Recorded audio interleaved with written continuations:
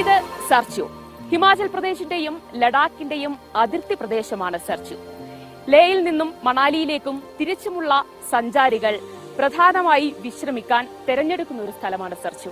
ഇന്നലെ ഞങ്ങളും ഇവിടെയായിരുന്നു താമസം.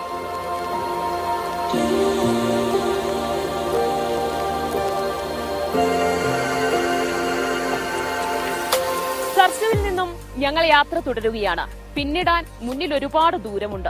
പോകുന്ന വഴികളിൽ അതിമനോഹരമായ കാഴ്ചകൾ.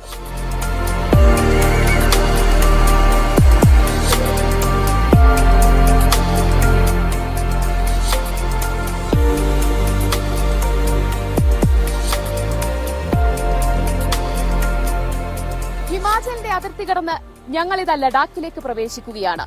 ഇനിയുള്ള യാത്ര അതികഠിനമാണ്. കാരണം ഉയരമേറിയ മലനിരകൾ താണ്ടി വേണം ഞങ്ങൾക്ക് ലഡാക്കിലെത്താൻ.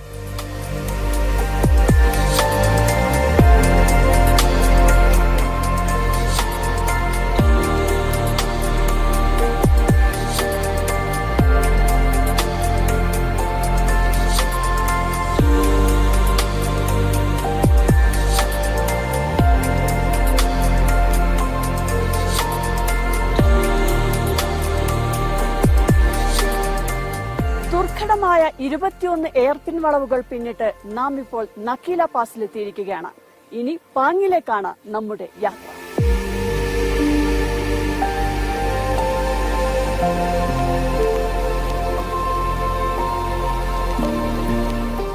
ഉയരം കൂടുന്തോറും ചായക്ക് രുചി കൂടുമെന്നല്ലേ പറയാറ്.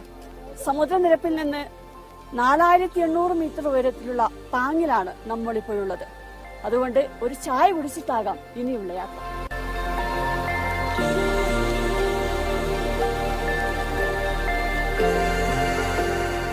നല്ല ചൂടൻ ചായയാണിത്. ഈ തണുത്ത കാലാവസ്ഥയിൽ ഒരു ചുടു ചായ കുടിച്ച് യാത്ര തുടരുന്നത് ഒരു രസം തന്നെയാണ്.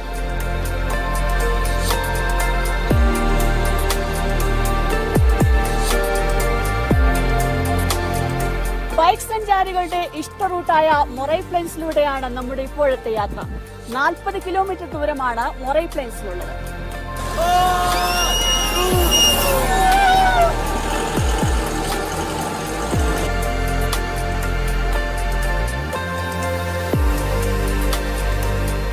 സർച്ചുവിൽ നിന്ന് തുടങ്ങിയ യാത്ര ഇപ്പോഴെത്തി നിൽക്കുന്നത് ലോകത്തെ 12ാമത്തെ ഹയസ്റ്റ് മോട്ടോറബിൾ റോഡിലാണ്.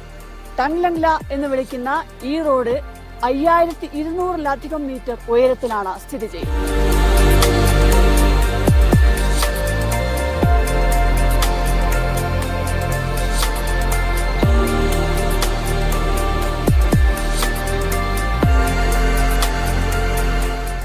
ലധികം നീണ്ട ദുർഘടമായ പാത പിന്നിട്ട് ഞങ്ങൾ ലേയിലെത്തിയിരിക്കുകയാണ്.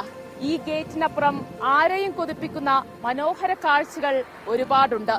വരും ദിവസങ്ങളിൽ ആ കാഴ്ചകളുമായി ഞങ്ങൾ തുടരും. ക്യാമറമാൻ സഞ്ജു പൊറ്റമലിനും സുഹൈലയ്ക്കുമൊപ്പം ദിവ്യ ദിവാകരൻ, ലേ.